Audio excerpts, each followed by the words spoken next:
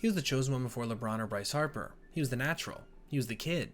He was Ken Griffey Jr.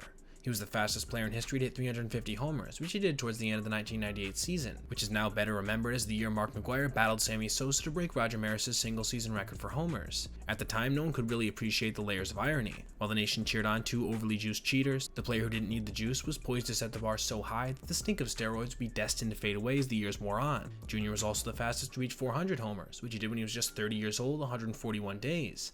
But here's another irony. That record eventually was broken by A-Rod, another juicer who would later be exposed. When Jr. launched his 400th bomb, he was still a young player who was probably capable of hitting 400 more before he was finished. But instead of aging with grace or a steroid-infused oomph, Griffey aged like a mortal. Instead of 800, he finished with a still impressive 630 homers, 7th all-time. His 83.8 WAR is 58th best all-time. Yet, despite some of his longevity issues relative to his Hall of Fame peers, he got elected with a record 99.3% of the vote in 2016, which at the time was the highest in history. Jr.'s impact on the game had obviously transcended his numbers, which still ranked him among the best. He arguably had the sweetest swing in the history of the game after all, played some of the best defense ever in center field, and provided fans with legendary and iconic moments that will forever rank among the most treasured in the history of the game. That's why today we're going to be exploring the career of the kid, and in doing so, proving why there will never be another Ken Griffey Jr. Studies have shown that being the son of a major league player gives you a big leg up in becoming a big leaguer yourself. After all, more than 2% of the players who debuted in the 2010s were the progeny of big leaguers.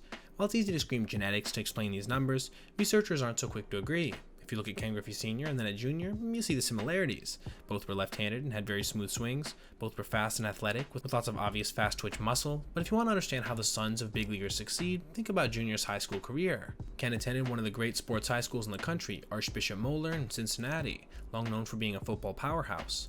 They weren't too shabby in baseball either, producing 17 high school All-Americans, including future Hall of Famer Barry Larkin and MLB mainstay Buddy Bell, both who went on to register over 2,500 big league hits. But Griffey Jr. played just 2 seasons for Moeller, his junior and senior years.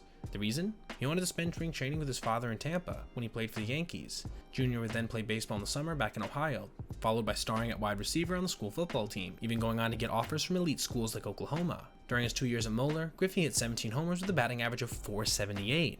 Many of the fields lacked fences, and often opposing teams would have to line up their outfielders behind the light poles. Didn't matter. Scouts saw Jr. hit baseballs in excess of 400 feet, with a swing that seemed to be dropped from the hands of the baseball gods themselves. However, it was the Seattle Mariners who had the first pick in the 1987 draft, and they weren't sold on taking yet another high schooler in the first round, much less with the first overall pick. They'd been burned when their 1986 selection, Pat Lennon, had flamed out. Worst, the M's gave their draft picks a psychological test to predict future behavior and character, and Griffey's results were the worst they'd ever seen.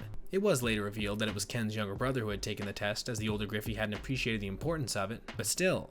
Since Griffey wanted to be taken number 1, he agreed to take the test again, this time personally, and his score came back about average. Furthermore, to cement the deal, Griffey agreed to sign for $160,000, tens of thousands of dollars less than he could have gotten, telling his agent that he'd end up making it up on the back end. However, he almost didn't end up making it at all. What Jr. was best known for, beyond his otherworldly talent of course, was the pure joy with which he played the game. Hat on backwards, a 1,000-watt smile, ball sent into the stratosphere, Ken Griffey Jr. seemed to be the last person who'd ever deal with thoughts of self-harm.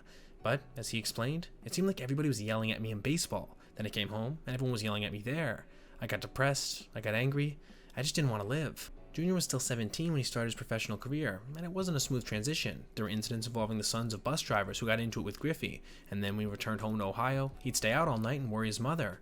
His father suggested he find his own place to live. The conflicts became too much for Jr., and in 1988, he swallowed 277 aspirins and wound up in the ICU. Even there, father and son continued to battle. When Jr. was released, he did end up finding his own place to live. On the field, however, Griffey continued to star. He spent 58 games at High A, hitting .338 with 11 homers and 42 RBIs. That got him promoted to Double A for the last 17 games he'd play in the minors. He was 18 years old, and at least physically, ready for the show. Best season by a teenager in MLB history belongs to Bryce Harper, who put up a 5.2 WAR during the 2012 season, including 57 extra base hits that remains a record for MLB teenagers. Next comes Mel Ott, with his age 19 season, that saw him post a WAR of 3.9. Third best is Griffey Jr., who posted a WAR of 3.3 in 1989.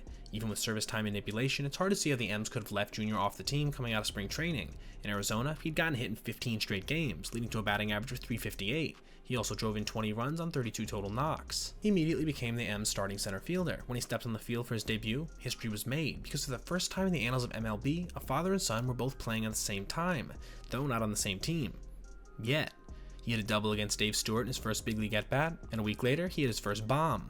A month later, a candy company debuted the Ken Griffey Jr. chocolate bar, and quickly, 1 million of them were sold, but not one to Jr. himself, who ironically enough is allergic to chocolate.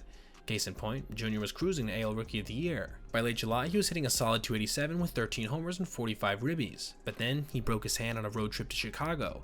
At first, it was reported that Jr. had slipped coming out of the shower. That obviously wouldn't have been a big deal, but it ended up being revealed that he'd broken it when he slammed it against the wall while arguing with his girlfriend. Jr. obviously still had some growing up to do. He's the only player I've ever dealt with where I'd have to call his mother on him, said Mariners GM Woody Woodward. Griffey missed a month, then came back with a bit of a whimper, hitting just 3 more homers, while his final average sank to .264, causing Jr. to finish 3rd in Rookie of the Year voting.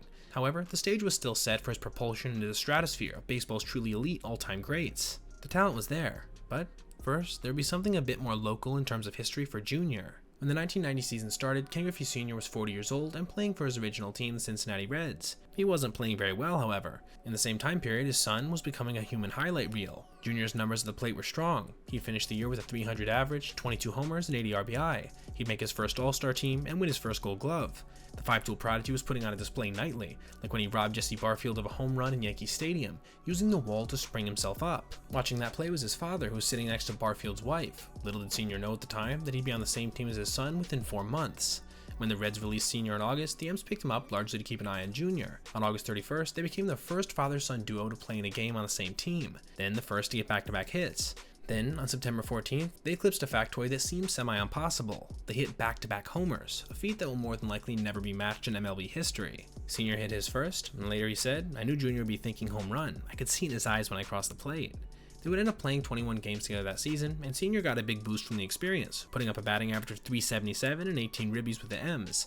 But he did successfully help Jr. too. A clubhouse aide was later quoted as saying, "Jr. toned down when Sr. got there. He went from a brash and outspoken kid to someone more respectful of his elders." 1991 would be the only season that they would play together from start to finish. The impending retirement of his father, however, seemed to be weighing Jr. down a bit. His numbers were good. He'd end up finishing the year with a .327 average to go with 22 homers and 100 RBIs, but he was now getting criticized for his sometimes indifferent play, especially in the outfield, despite the fact that he had the talent to be among the best ever to play center. To some, like teammate Harold Reynolds, it just didn't seem like he was having fun. So the two talked, and Jr. came out in the second half on fire, hitting .373 with 13 homers and 64 RBIs over the season's final stretch. He'd come to finish the year with a WAR of 7.1, 3rd best for position players overall, but the best was still yet to come for the kid.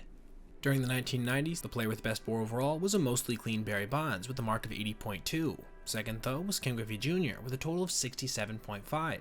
During the decade, Griffey hit more homers and drove in more runs than Bonds. He also had better defensive numbers, including 1995 when Jr. led all of baseball with a D-WAR of 3.4. They were both superstars, Bonds and Griffey, both the children of standout MLB players who'd grown up around the game, but there was a huge difference between them. As the long ball became the face of MLB in the late 1990s, Bonds was seemingly moving past his prime, and Jr. was entering his. This is obviously before Bonds started his special diet, reversing this trend completely, but regardless, the natural was quickly becoming the face of the MLB because of the awe-inspiring things he could do on the baseball field, things no one else could, with an electricity that complemented them perfectly.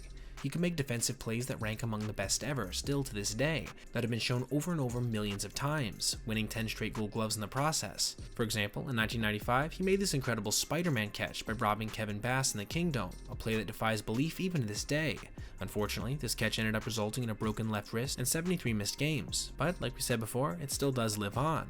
He could also do things like rob hitters of home runs with athletic maneuvers of all-time quality, such as this gem when he took away a bomb by Luis Gonzalez at Tiger Stadium in 1998. Perhaps no one in MLB history made as many ballet-like catches at the wall, plays where timing, speed, leaping ability, and lack of fear all combined to create an unfathomable burst of athleticism. During his prime, Jr. made these low-probability catches seem routine. Even though he might not have stolen the most bases, Griffey could still win games with his legs, like when he scored from first in the 1995 ALDS against the Yankees. But even before that play, Griffey had been tormenting the Bombers for months, starting in August when he returned from a broken wrist. The M's were in the middle of a race for the wild card, and they trailed the Yankees 7-6 in the bottom of the ninth, and then blasted a homer off closer John Wetland to win it for Seattle. The team went on a tear and won the division, setting up a slugfest in the ALDS against the Yankees. Griffey tied a record with 5 homers, all of them in key moments. He broke a tie in Game 4 with the homer, and then hit another in Game 5 to bring the M's within 1. But he won Game 5 because he could score from first on a double, which a lot of players can do, except for the fact that Edgar Martinez had hit that double to left, which is much harder to do, and it was the bottom of the ninth, and the M's were trailing by a run. If Griffey didn't score, the M's season would have probably been over. So, of course he scored. his defense, his speed, and his bat. It's almost as if you could close your eyes and point your finger to any of Junior's season hitting totals between 1993 and 2000 and you find something astounding, superhuman, otherworldly, especially in an era when guys were juicing and he wasn't. For example, in 1993, Griffey tied an MLB record by homering in 8 straight games. It wasn't like he did it with no one watching either. The entire sports ecosystem was glued to his every AB, and in the 9th game, he went 2 for 4 with a double, and the streak ended. Junior's response? That he really wasn't paying attention. He was just trying to use the whole field. No one should have been surprised. Before the streak began, during the 1993 Home Run Derby in Baltimore, Junior had become the first player to hit the warehouse in right field during a game or BP. He was then just 23 years old, the age in which many players first break in. He was primed in 1994 to set records, specifically Roger Maris's hallowed mark of 61 AL homers. Junior checked all the boxes. On Junior 17th, he'd hit his 30th, tying Babe Ruth for the most homers before July 1st. He then went on to hit 2 more to set the record. On August 11th, Junior was sitting on 40 homers, easily within striking distance of Maris. But, speaking of strikes, the players had one in 1994, costing Griffey a shot at immortality, and the Montreal Expos a shot at a pennant, but that's a story for another day. Regardless, it still showed what a more mature Junior was capable of. It was in 1997 that Junior would take another shot at the record, finishing with 56 homers and 147 RBIs, winning his one and only MVP award. The following year, even though he led all of baseball with a WAR of 9.7, he'd finish 4th. Admittedly, this was before the advent of data-driven analysis, so one would think the outcome would probably be different now. But still, it's a race that probably didn't age that well. It was in the summer of 1998 that McGwire and Sosa postured themselves as feel-good stories, while they injected and ingested whatever they could do to boost their performance. However, what was kind of lost at the time was that Junior stayed relatively close to them the entire season, with an identical home run total to his previous year at 56. Junior clubbed another 48 homers the next year to lead the AL for the 3rd straight season. However, this time, he'd finished 10th in MVP voting, but things were soon to change drastically for Junior. In the offseason, he turned down the M's offer of 8 years, $135 million. He was set to be traded elsewhere by the turn of the century. His new home? Cincinnati. The deal was complete before the 2000 season, and at the age of 30, Junior returned home to the team that his dad had first made a name with. Until then, Junior's baseball career had been one mostly of triumphs. He was universally admired, and he was poised to become the greatest home run hitter of all time, just as news reports were starting to surface about medicines that Mark McGwire kept in his locker in St. Louis. And this pathway wasn't immediately diverted from. Junior played 145 games and hit 40 homers with 118 RBI in 2000, his first year in red. But unfortunately, that would end up being the high water mark for his Cincy stint. This was when Junior's body started breaking down. So, what happened exactly? Let's list off some of the major procedures he had to go through. Right shoulder surgery, right knee surgery, left knee surgery again, hamstring surgery, and 5 or 6 drainage procedures after the hamstring thing. During his first 4 years in Ohio, he played in about 58% of his team's games. But unfortunately, this wasn't the full extent of his injury woes. In 2002, he played in just 70 games, right? But that was with a torn patella in his right knee in almost all of the contests. In 2003, he dislocated his right shoulder, and then, for good measure, he ruptured an ankle tendon rounding first on a double and missed the rest of the year. In 2004, he tore that surgically repaired hamstring making a diving catch, and again missed the rest of the season. On and on it went. But he won the Comeback Player of the Year in 2005 by crushing 35 homers and driving in 92. He hit another 30 in 2007. By then, the team had moved him to right due to his quickly diminishing range and speed. But still, his numbers had been a ghost of what they once had been. In his time in Cincy, the kid had hit just 210 home runs in 9 years, a far cry from his total of 398 and 11 for Seattle. Fans were now voicing displeasure with his infrequent play, and the fact that the Reds were finishing sub 500 every year of Griffey's tenure.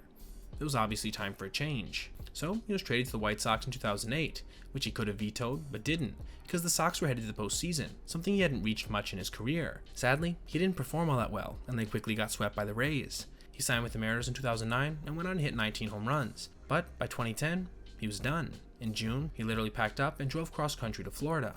He was finished with baseball at the age of 40. But before he left, he gave baseball and America one last gift: Jackie Robinson Day. It was Griffey's idea to wear 42 on the day Jackie broke the color barrier, which has now grown to become a cherished April ritual. Griffey was the source of joy.